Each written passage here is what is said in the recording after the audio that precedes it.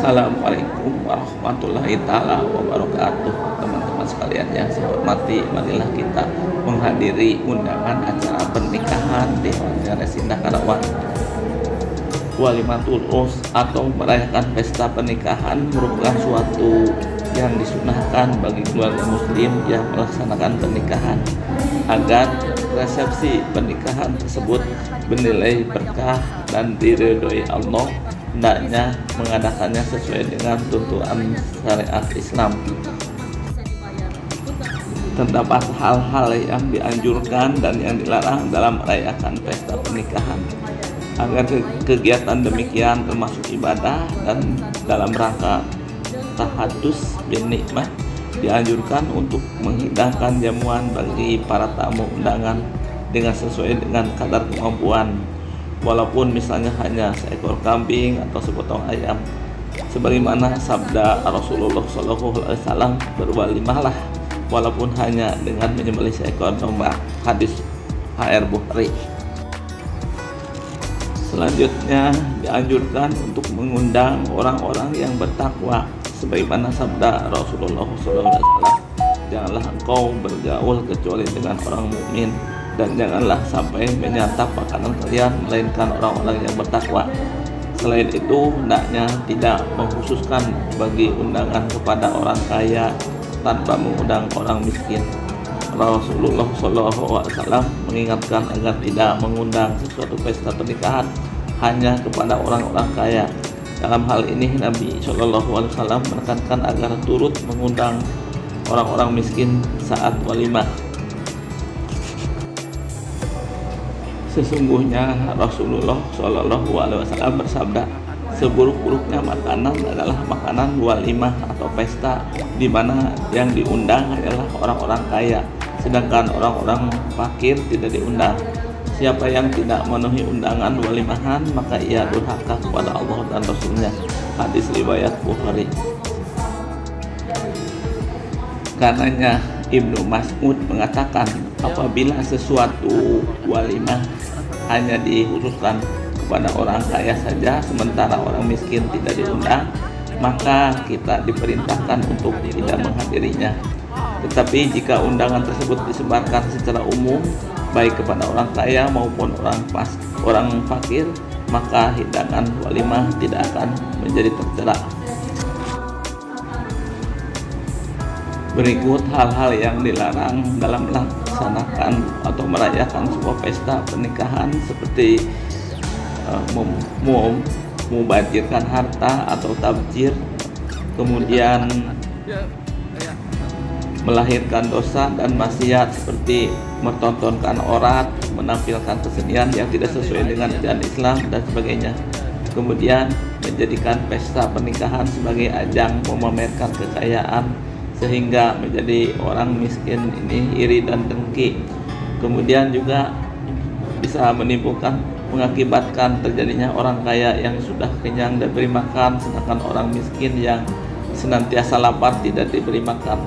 Sementara itu, menurut pendapat ulama, menghadiri hajat pernikahan adalah wajib hukumnya jika orang yang bersangkutan memiliki kesempatan dan tidak ada halangan. Namun Imam An-Nawawi menyatakan bahwa kewajiban menghadiri undangan walimah menjadi gugur karena hal-hal berikut. Makanan yang disediakan mengandung syubhat, kemudian undangan tersebut khusus bagi orang kaya saja, kemudian ada yang akan terjalimi dengan sebab kehadirannya, kemudian juga majelis walimah itu tidak layak dihadiri.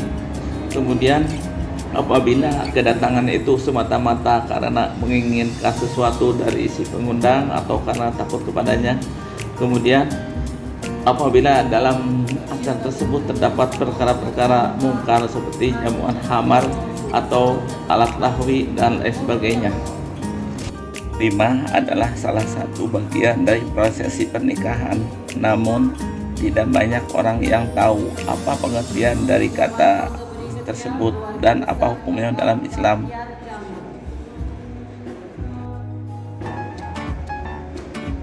Walimah berasal dari bahasa Arab al-walim yang memiliki arti berkumpul.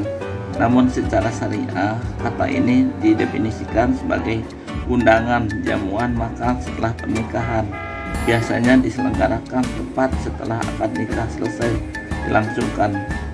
Sedangkan menurut berdasarkan Kamus Bahasa Indonesia, memiliki pengertian sebagai pertemuan atau perjamuan resmi yang diadakan untuk menerima tamu pada pesta perkawinan atau pelantikan. Sedangkan resepsi pernikahan pada umumnya berisi kegiatan pengucapan selamat atau bersalaman kepada pengantin. Kemudian dilanjutkan dengan menikmati makanan berupa makanan berat, ringan, dan juga minuman. Biasanya juga menghadirkan musik untuk hiburan, bahkan tamu undangan pun juga terkadang ikut berpartisipasi, baik itu bernyanyi ataupun sekadar ikut menari ringan.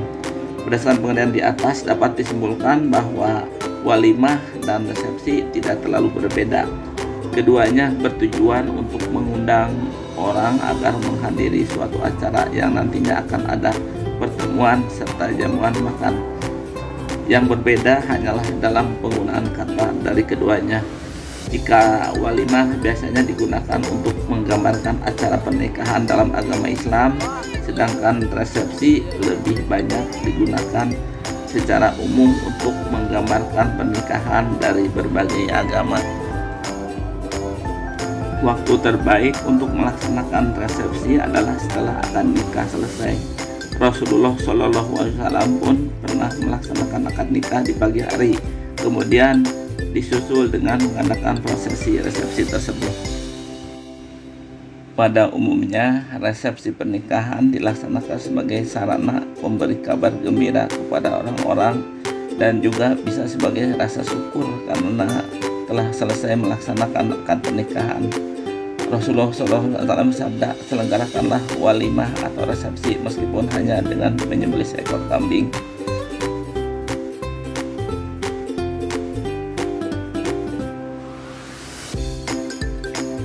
Bahwasanya Rasulullah SAW pun menganjurkan umatnya untuk menyelenggarakan acara berupa resepsi. Jadi hukum mengadakan resepsi dalam Islam adalah sunnah atau tidak wajib, dan minimal yang dihidangkan adalah seekor kambing bagi yang mampu, atau bagi yang tidak mampu dapat dipersilahkan untuk menghidangkan jamuan semampunya.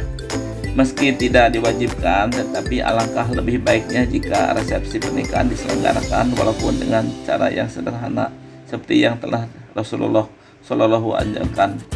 Selain itu, Rasulullah SAW pun memperingatkan umatnya agar menyelenggarakan resepsi dengan adil, yaitu dengan mengundang semua kalangan, baik itu orang yang tidak mampu maupun orang kaya. Karena seburuk-buruknya hidangan adalah makanan yang dihidangkan hanya untuk orang kaya saja.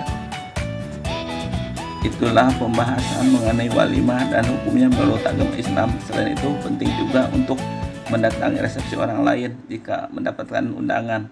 Meski ada yang menyebut wajib dan ada pula yang sunnah, alangkah lebih baik menghargai seorang yang mengundang. Wassalamualaikum warahmatullahi wabarakatuh.